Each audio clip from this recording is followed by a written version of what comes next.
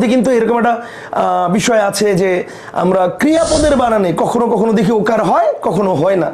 এখন কখন হয় কখনো হয় না অনেকেই আমরা জানি না। হয়তো আপনাদের মধ্যে অনেকে জানতে পারেন, জানা থাকতে পারে আগে থেকে, বাট আমাদের অনেকেরই জানা নেই। যেমন আমাকে বলেন তো, বলেন আমি এখন ভাত খাবো না আমি এখন ভাত খাবো, কোনটা হবে বলেন? 1 না 2? বলেন খাবো কোনটা হবে, 1 না 2? বলেন আমি এখন ভাত খাবো না আমি এখন ভাত খাবো। অর্থাৎ বানান উচ্চারণ তো আমি সেমই হচ্ছে, উচ্চারণ আমার দুটোতেই একই হচ্ছে, কিন্তু বানান কোনটা, এটা না এটা। আমি আরো একটা উদাহরণ দিই। ধরেন আমি এখন পড়বো, সেক্ষেত্রে বানানটা কি এরকম হবে? না আমি এখন পড়বো, সেক্ষেত্রে বানানটা এরকম হবে। বা আমি এখন বাইরে যাব, সেক্ষেত্রে বানানটা এরকম হবে। না আমি এখন বাইরে যাব, সেক্ষেত্রে বানানটা এরকম হবে। কোন রকম হবে? বা আমি যদি বলি আমার পড়া হলো, সেক্ষেত্রে বানানটা কি এরকম হবে, নাকি আমার পড়া হলো সেক্ষেত্রে বানানটা এরকম হবে? বা যদি বলি আমি তোমাকে একটি বই উপহার দেব, সেক্ষেত্রে বানানটা কি এরকম হবে, নাকি আমি তোমাকে একটি বই উপহার দেব সেক্ষেত্রে বানানটা এরকম হবে? তো এই যে দেখেন, রিটেনের মধ্যে তো এই ওয়ার্ডগুলো আমার প্রায় আসে, তাই না? ক্রিয়াপদের ক্ষেত্রে আমার পড়া হলো, যাওয়া হলো, যাব, খাবো।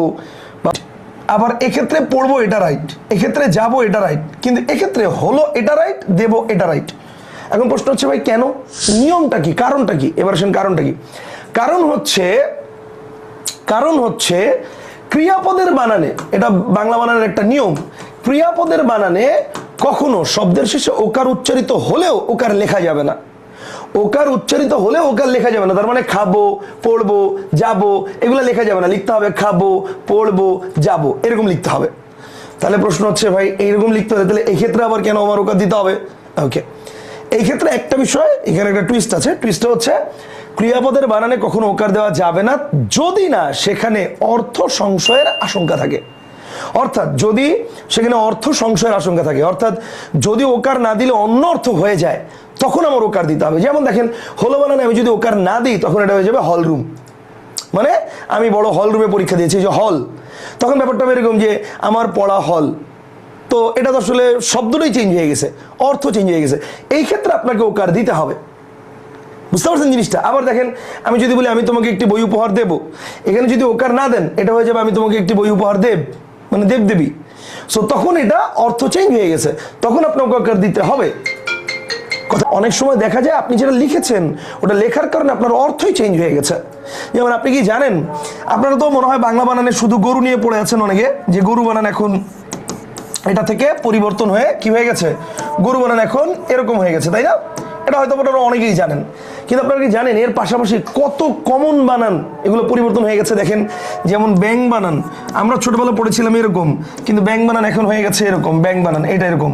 তবে আবার যদি বলি ব্যাঙের ছাতা, তখন কিন্তু আবার এরকম, বা ব্যাঙাচি তখন কিন্তু আবার এরকম, অর্থাৎ তখনও ঠিক আছে, ব্যাঙের ছাতা বা ব্যাঙাচি তখন আবার কিন্তু এরকম হবে, ঠিক আছে? এরকম মনে করেন আমি যদি বলি রং বানান অনুস্বর, কিন্তু রঙিন বানান তখন আবার এরকম হবে। তো এগুলোর অবশ্য কারণ আছে, আমরা যখন বাংলা বানানের নিয়ম পড়বো তখন এটার কারণ পড়বো, কেন হয়েছে সেটাও পড়বো।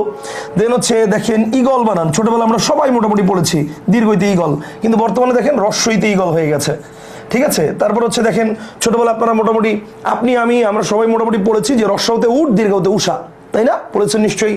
তাহলে এই যে দেখেন দীর্ঘতে পড়েছেন উষা, এবং বর্তমানে দেখবেন বাংলা একাডেমি বলছে না উষা বানান বর্তমানে রস্বও দিয়ে হবে, তাহলে রস্বতে উষা এবং রস্বতে উষা এই একটা বানান পরিবর্তন হওয়ার কারণে সন্ধিতে যখন এটার সাথে প্রতি উপসর্গ যুক্ত হয়, তখন আগে এই বানানটা ছিল হচ্ছে প্রত্যুষ, বানানটা ছিল এরকম। আগে যখন উষা বানানটা দীর্ঘকার দিয়েছিল তখন প্রত্যুষ বানানটা ছিল এরকম, ঠিক আছে? যে প্রতি যোগ উষ, এটা হচ্ছে প্রত্যুষ, এবং উষা বানানটা দীর্ঘকার, এই কারণে প্রত্যুষ বানানো দীর্ঘকার ছিল। কিন্তু বর্তমানে এই বানানটা ভুল, কেন? কারণ উষা বানান বর্তমানে দীর্ঘকার নাই, বর্তমানে রস্যকার দিয়ে, সুতরাং প্রত্যুষ বানান বর্তমানে হচ্ছে প্রতি যোগ উষ প্রত্যুষ রস্যকার দিয়ে, এরকম। কথা কি ক্লিয়ার?